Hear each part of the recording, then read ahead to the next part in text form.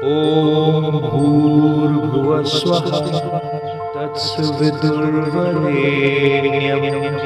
भर्गो देवस्य धीमहि धियो यो नः प्रचोदयात्। जय श्री राम मेरे सनातनी बंधुओं।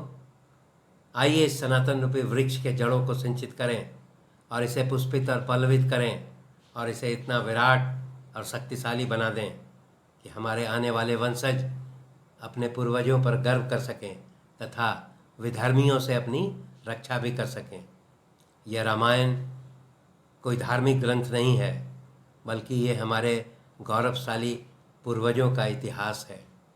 इसलिए इसे हर एक सनातनी बंधुओं को इसका अध्ययन करना चाहिए। खास करके युवा वर्ग को भी इसकी पूरी जानकारी होनी चाहिए। पिछले अंक में हम लोगों ने अध्ययन किया कि जब वायुपुत्र हनुमान रावण की लंका नगरी में प्रवेश करते हैं तो वो पाते हैं कि बहुमंजिली इमारतों का, भवनों का एक खूबसूरत शहर उन्हें दिखाई पड़ता है। तब वो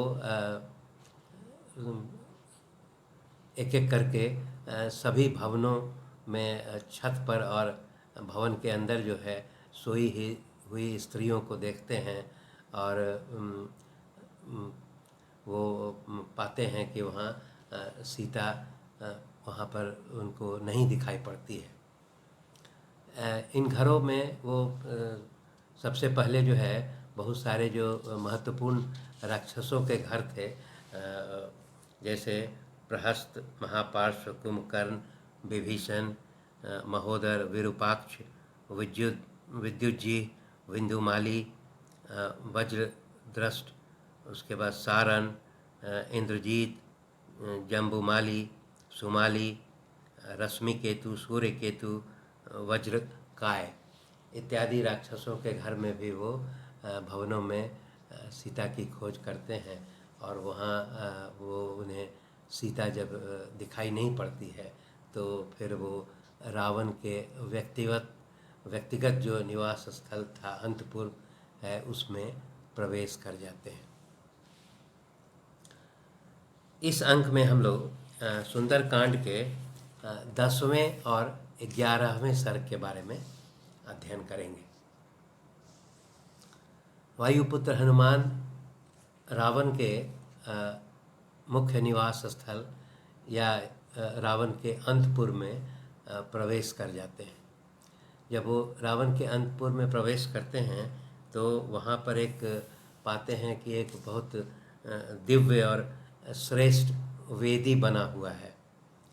वेदी अर्थात उसको चबूतरा मान सकते हैं और उस वेदी पर एक बहुत ही खूबसूरत सोने, चांदी, नीलम और उसके बाद हाथी दांत इत्यादि और अन्य रत्नों से जटित एक खूबसूरत पलंग वो लगा हुआ पाते हैं, जिसमें एक बहुत खूबसूरत सा बिछावन लगा हुआ है और वो हनुमान जी पाते हैं कि उसी पर ये राक्षस राज रावण जो है वो सोया हुआ उसको पाते हैं। वहाँ पर हनुमान जी देखते हैं कि चारों कोने पर जो है दीपक जलता हुआ पाते हैं और चारों तरफ जो है स्त्रियाँ खड़ी होकर के चंवर से वो रावण को हवा झलती हुई वो देखते हैं। इसके पश्चात वो रावण का शरीर जो है वो ऐसा प्रतीत होता है कि चंदन के लेप से उसका शरीर जो है वो गहरे लाल रंग का है और उसके शरीर सौष्ठव जो है वो काफ़ी मजबूत है। उसके दोनों बाहें जो है वो भुजाएं जो है वो काफ़ी मजबूत हैं, जिसको दोनों तरफ महिलाएं जो है उनकी उसकी बाहों को दबा करके उसकी सेवा भी कर रही हैं। इसके पास पश्चात हनुमान जी को ये महसूस होता है कि रावण जो है वो उसके मुख से बहुत खुशबूदार पेय पदार्थ पीने के कारण उसके श्वास से नाग केसर और मालेश्वरी इत्यादि या अन्य अन्य रस से के ग्रहण करने के कारण एक जो खुशबूदार उसके सांस से वो प्रवाहित हो रहा है और पूरा जो उसका शयन कक्ष है वो उसके खुशबू से सुशोभित हो रहा था।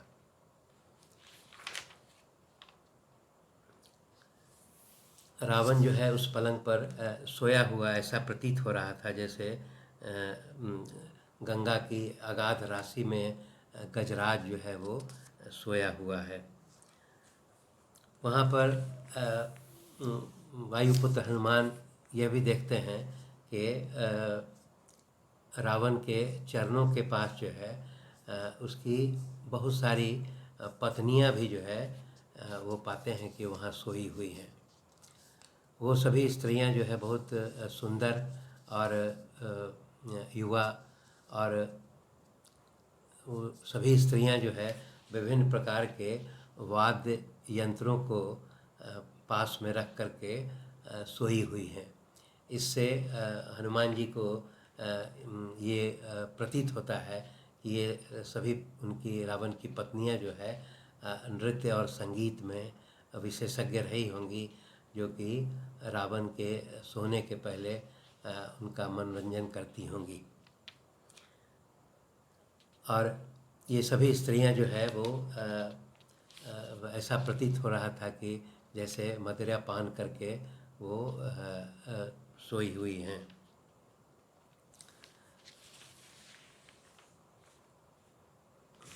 इसके पश्चात वो हनुमान जी देखते हैं कि इन सभी स्त्रियों से थोड़ा अलग हट करके एक और बहुत सा खूबसूरत पलंग उनको नज़र आता है और वहाँ पर एक बहुत ही महारानी जैसी प्रतीत होने वाली और जिनका रंग गोरा था और बहुत सारे आभूषणों से सुशोभित महिला थी, वो सुशोभित महिला थी, वो उस पलंग पर सोते हुए देखते हैं। तो वो वास्तविक में जो है इस अंतपुर की महारानी मंदोदरी थी। परंतु हनुमान जी को सर्वप्रथम ऐसा महसूस होता है कि शायद यही सीता है, इसलिए वो इस पर विचार करने लगते हैं। परंतु जब इस पर गंभीरता से विचार करते हैं तब उनको ये महसूस होता है कि सीता जो है अभी तो वो अपने पति रामचंद्र से बिछुड़ गई है और वो इस प्रकार श्रृंगार करके और आभूषणों से सुसज्जित होकर के और पराये पुरुष के पास इस प्रकार वो सो नहीं सकती हैं। इसके अलावा वो मदिरा पान तो कदापि नहीं कर सकती हैं। इसलिए वो अंत में इस निष्कर्ष पर पहुंचते हैं कि ये महिला जो है वो सीता नहीं है। तब इसके पश्चात वो इसके पश्चात वो